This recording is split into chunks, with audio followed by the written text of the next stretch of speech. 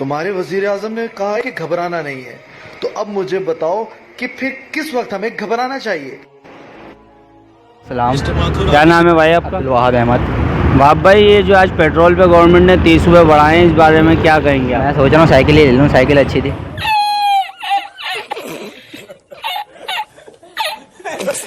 Cycle अच्छी थी, cycle ले लूँ, साइकिल पे पेट्रोल डलवाने की झंझट भी खत्म। पेट्रोल की झंझट नहीं, कोई कुछ नहीं, बस बंदा घूम दे रहा है सुकून से। सबसे बड़ा मसला तो ये था कल रात को, पेट्रोल चाहे 280 भी हो जाता, मगर पेट्रोल डलवाते कहाँ से? कल जो पेट्रोल पंप हो गए हमारे कराची में, हाल था, देखा था आपने कल भी, बहुत था।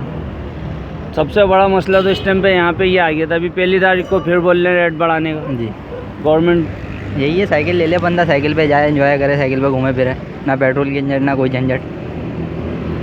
बाइक वाला तो चले ले लेगा साइकिल, 4 व्हील वाला, 4 व्हील वाले के लिए क्या कह सकते हैं, वही है जिसकी जितनी आमदनी, उसे बर्दाश्त करना पड़ेगा। चले, सही है भाई। बात करने का मकसद ये था कि आज जो पेट्रोल पे रेट बढ़े हैं 30 रुपये, उसके बारे में क्या कहेंगे आप? उससे वो कितना नज़रअंदाज होगा अब ये जो महंगाई के हवाले हर चीज़ पे? यार करना क्या है, मेरे को तो 100 रुपये का डलवाना, घर से यहाँ आना, घर से वहाँ पे जाना है बस। मतलब बहुत ज़्यादा इस्तेमाल नहीं है आपका? नहीं, मेरा इस्तेमाल नहीं है बिल्कुल। मतलब 100 रुपये का पहले जैसे ही आया था 70.5, सही है ना? अब तो नहीं आएगा 100 रुपये में, अब ये आएगा तकरीबन 5 पॉइंट कुछ आएगा। हाँ बिल्कुल, 150 रुपये तक का लगेगा ये मेरा पेट्रोल। पहले जो आपका 100 रुपये का 4-5 दिन चलता था, वो 2 दिन चलेगा। बिल्कुल, उससे असल में और अच्छा, पेट्रोल में अपने इस्तेमाल के अलावा बाकी तमाम चीज़ों में भी तो, ट्रांसपोर्ट में भी तो फ़र्क आएगा ना, हर चीज़ पे महंगाई का जो आएगा फ़र्क, वो कितना नज़रअंदाज होगा भाई? बात वही है ना, ये मेरे नज़रअंदाज करने से कुछ थोड़ी होगा, सब चाहेंगे तो फिर होगा ना यार। अब हम क्या कर सकते हैं, जैसे हालात है उस तरीके से चलना पड़ेगा। अभी ये दोबारा बोलने बढ़ाने का भी है 2-4-5 तारीख को। अब ये तो हुकूमत है, कुछ भी कर सकती है, बात है ना, हमारे कहने से क्या होगा। अब बाकी सब लोग चाहेंगे तो फिर बहुत कुछ हो सकता है, बाकी अल्लाह मालिक है सब। बड़ी वालेकुम सलाम। क्या नाम है भाई? अदनान भाई, ये जो आज पेट्रोल पे गवर्नमेंट ने 30 रुपये बढ़ाए हैं, इस बारे में क्या कहेंगे आप? और अभी मज़ीद बढ़ाने का बोल रही है गवर्नमेंट। बढ़ेंगे, लाजिम है, मुल्क ख़त्म हो जाएगा, नहीं तो पहले ही बढ़ जाने चाहिए था।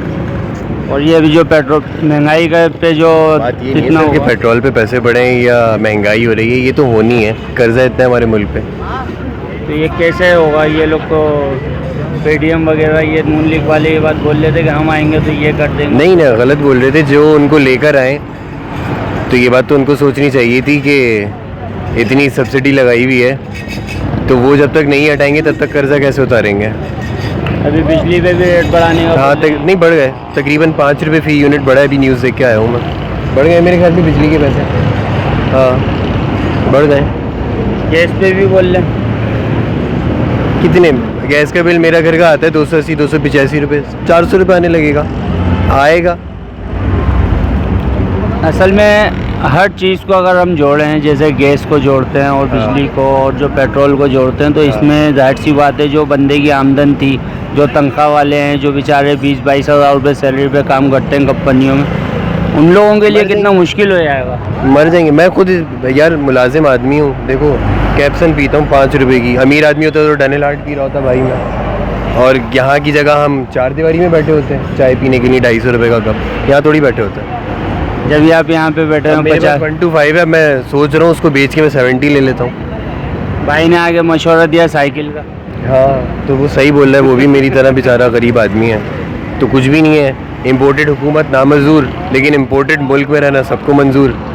हाँ, मेरी गर्लफ्रेंड थी यूएसए में। अच्छा, क्या बात है सर, क्या बात। हाँ, लेकिन मैं यहाँ किसी को ज़बान दे के बैठा था, शादी हो गई मेरी, नहीं तो मैं चला जाता। ईमानदारी की बात है यार।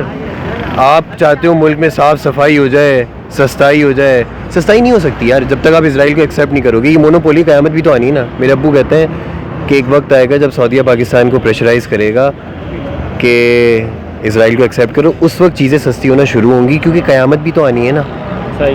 हम आप मुसलमान हैं अल्हम्दुलिल्लाह, लेकिन मुसलमानियत नहीं है। सही, इस बात पे कायम हो। बिल्कुल सही है, ऐसा ही है।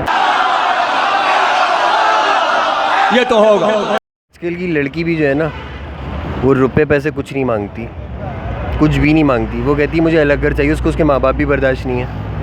ऐसे ही है दयाल भाई, सही है, कुछ कबूल नहीं है, मतलब आपसे डायरेक्टली कहेगी वो अलग घर देते हो तो आऊँगी, वरना अलहदगी कबूल है, भले आपने मोहब्बत की करी हो। है इत्तेहाद ख़त्म हो रहा है। इसकी वजह यही है कि सर क़यामत करीब है, कि लड़की आपसे बोल दे, आपकी बीवी आपसे बोल दे कि घर अलग करोगे तो आऊँगी वरना नहीं आऊँगी। मतलब शादी के बाद जो है पहला सवाल ही यही होता है बीवी का कि मुझे अलग घर चाहिए। मेरे से जो है यहाँ पे रहा नहीं। मैं आपको बताऊँ, वो कहती है मेरा शरई हक़ है, शरई हक़ में भी कुछ तकाज़े हैं, उन बुनियादों पे उसका शरई हक़ है, उसे अलग घर देना चाहिए, तहफ़्फ़ुज़ की बुनियाद पे, पर्दे की बुनियाद पे, उसकी इज़्ज़त नफ्स की बुनियाद पे। सही है, सही। अगर ऐसा कुछ नहीं है तो वो अलग घर नहीं ले सकती। जहाँ वो अलग घर का तकाज़ा कर सकती है तो मेरे भाई हमें और आपको 4 शादियों की इजाज़त है। सही। इसका मतलब ये नहीं है कि शादी कर लेना, 4 शादियों की इजाज़त इस्लाम को फ़रोग़ देने के तकाज़े ज़ुमरे में है, ऐसा नहीं है। तो मेरे भाई पेट्रोल बढ़ रहा है, हम मर रहे हैं और मर जाएंगे, सही है, और कुछ नहीं बचेगा, क़यामत आ जाएगी, सब ख़त्म हो जाएगा।